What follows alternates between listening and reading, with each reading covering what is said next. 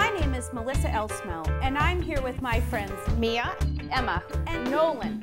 And we're going to pull together a healthy family dinner for 4 in just a few minutes. It's healthy and affordable, and when you have kids helping out in the kitchen, everything's more fun. So stick around and get wild about wellness with us.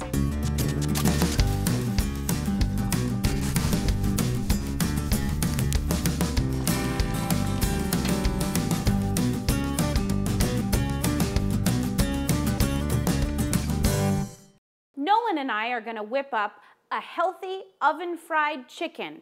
It's a nice alternative to deep-fried chicken and comes together with ease on a weeknight that can be busy for an entire family. Nolan, do you want to go ahead and add some Dijon mustard to our plain Greek yogurt? Greek yogurt is going to add a nice tenderizing element to our chicken, so it keeps it moist and delicious. Go ahead and whisk the mustard into the yogurt, and we're going to add 1 egg white. This is going to help mimic that shatteringly crisp crust that fried chicken is so well known for. I have a little bit of Italian seasoning here that I'm going to add. Mine is a Sicilian blend, but you can add whatever you have on hand. And we're going to season that up with salt and pepper to make sure that we have a good balance of flavor. So to this mixture, we're going to add 4 skinless chicken thighs. We're going to finish adding our bone-in chicken thighs. Chicken thighs have much more tender meat than breasts, which tend to dry out during the cooking process. I'm going to go ahead and make our breading. What I've done here is I've started with whole grain crackers, which are a great healthy choice, and I used a cornflake breakfast cereal in addition to that. I'm adding some sesame seeds, a little more of our Italian seasoning, some garlic powder and onion powder, as well as some salt and pepper. I'm going to spray our baking dish that I've lined with foil to make for an easy cleanup with a little bit of olive oil spray. Now Nolan, let's take a cup of our breading out so you can help me finish this up. Perfect. I'm going to take our yogurt covered chicken and we're going to place it directly into our breading. Nolan, you want to pour some of your breading right over the top of that? Good job.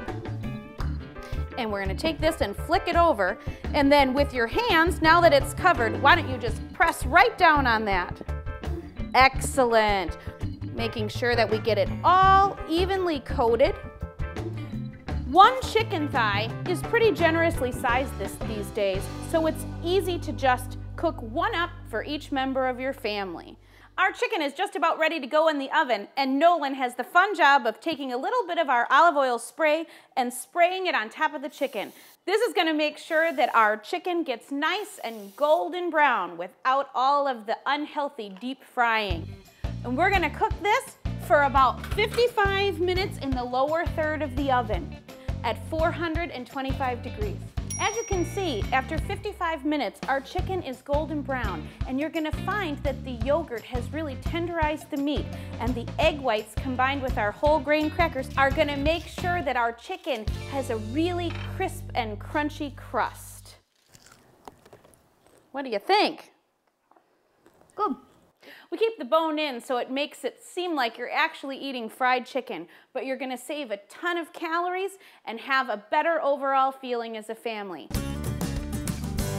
I'm hanging out here with Emma, whose favorite birthday treat is roasted potatoes, and I find they make an excellent addition to any weeknight family meal. Emma, let's go ahead and start quartering our potatoes. You'll see here that I have Yukon Gold potatoes, but you could substitute a red new potato in this recipe also. 3 or 4 makes a perfect serving per person, so 1 bag usually will feed a family of 4 with ease. So Emma, how old were you when you learned how to use a knife in the kitchen? About 9 or 10, I guess. Did you feel like that was the right time to learn? Yeah, I mean, I felt like I was ready. Emma's in high school, so it's reasonable for her to be using a knife. But at any age, it's extremely important to supervise kids when they're cutting anything in the kitchen. So Emma, what I'm going to have you do is drizzle these with a little bit of olive oil and give them a stir. Okay. I'm going to chop up some garlic here. We're going to go ahead and add in some of the Italian seasoning that we used in our chicken dish earlier. I find a lot of times it's nice to mimic flavors between the entree and one of your side dishes. We're gonna add the chopped garlic. Go ahead and add a great pinch of pepper, Emma. Looking good, that's good. And then a really generous pinch of salt. And we're gonna give it a good stir with the spatula.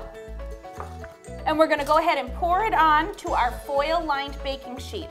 Pour it in there. And then we're going to spread the potatoes out into a single layer, cut side up. This is very important. It ensures even browning. We're gonna go ahead and cook these potatoes at 425 degrees for about 40 minutes. You can cook them right along with the chicken in the oven. Ooh, Emma, these are looking good. As you can see, our potatoes are golden brown and are going to be absolutely delicious. That little bit of Italian seasoning is going to go a long way, and the olive oil has helped them get crisp and delicious. Do these look up to your birthday party standards? Yes. Excellent. I'm here with Mia, and we're going to go ahead and add some color to our delicious chicken dinner by throwing together some easy roasted green beans and red peppers. Not every kid is quick to fall in love with green vegetables. One of the best ways to get your kids to enjoy them more is to eat them yourself. But don't be afraid if younger kids shy away from them. Oftentimes, green vegetables, like green beans, taste bitter to kids. So give time to their palates so they can adjust and grow to love them just as much as you should. So let's go ahead, Mia, and add a little bit of olive oil to this.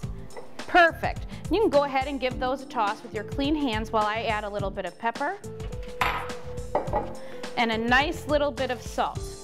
Now remember, you don't want to be excessive with salt as it can lead to health complications down the road. Perfect. Do you want to spread those out on here? We're going to throw these into the oven for about 5 minutes before we throw on the red peppers. Okay, Mia, let's get going on our red pepper. I'm cutting off the ends, and I'm going to open up the pepper, taking out just the ribs as I go through to create a long rectangle. Mia, you can use your knife and cut it into thin strips that are about the same size as the green beans. Do you like red peppers? When they're cooked. When they're cooked. Okay, so we're gonna put those in a bowl and just add a little bit of olive oil to them and a tiny bit of salt because they're going to go in the same pan with the green beans. So these beans have been roasting for about 5 minutes. So let's go ahead and sprinkle the red peppers over the top. This is gonna add a terrific boost of color and a lot of nutrition to our family dinner. Let's put them back in for about 15 to 20 more minutes. Our beans are looking beautiful. As you can see, we have a wholesome and nutritious combination here. So you want to get some knives and forks and head to the table?